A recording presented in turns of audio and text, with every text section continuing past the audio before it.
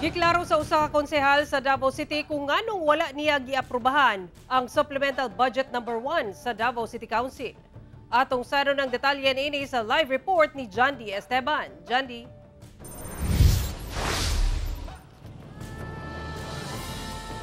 Sara, sumala sa maong konsehal nga dunay portion sa Supplemental Budget number 1 nga excessive o sobra ra daw ang gigahin nga pondo alang sa seminar o training sa usa ka ahensya. Pero tubag sa majority floor leader nga dili lang man daw diha gastuhon ang kwarta. Ato Siron.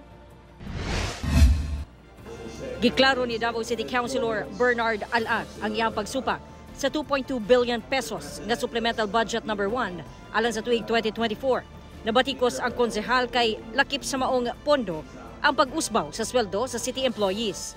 Tungod niini, nakasulti si Alag nga daw na politika siya.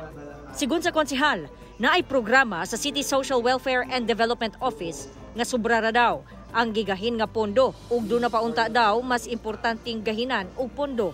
Wala ko miuyon ani kay naay 354 million na budget para sa training and seminar. I think kani nga kwarta excessive ni, sobra-sobra for training and seminar. Ug dili ni siya haom sa atoang present need. Daghan kayog need ang city karon sa atong health program, sa atong traffic, sa atong flooding. Dili ma-accept or dili madawat sa akong konsensya nga nagbutang tag kwarta ani. Gitin-aw usab sa konsehal kung ngano siya miuyon sa second reading apan nag-no sa third reading. Una, I accepted it, okay, konsensya ko. I asked myself, tama ba na 354 million ibutang nato nga budget para sa training o seminar? Gitubag ni Majority Floor Leader, Councilor Jesus Susubrado si Alag.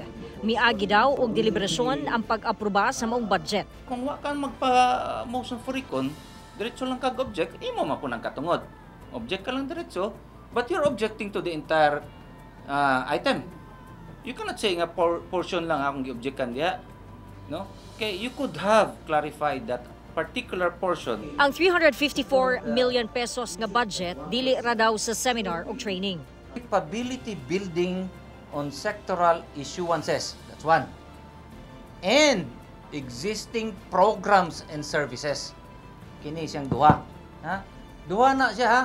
No, when you say seminars and trainings, ingana lang ka diretso sweeping nimo ipangutan isulti ni ana. Murag para sa ka murag a bit reckless or irresponsible. So what is his motive here? Nadismaya sab daw ang mga konsehal sa giingon ni Alag nga wala daw gabasa ang ubang konsehal. Wala man pud daw siya gipolitika. May makuha siya kung politikahon siya. He even made a remark taking a swipe at us, the other members of the city council nga kuno naiuban din ha nga kanang diretso lang mo vote yes nga dili ga pamasa. Pero di mo na tama. Kung mo depensa ka sa mo sarili, depensa mo sarili. Pero ayaw pandaot sa uban. Ayaw pamahid.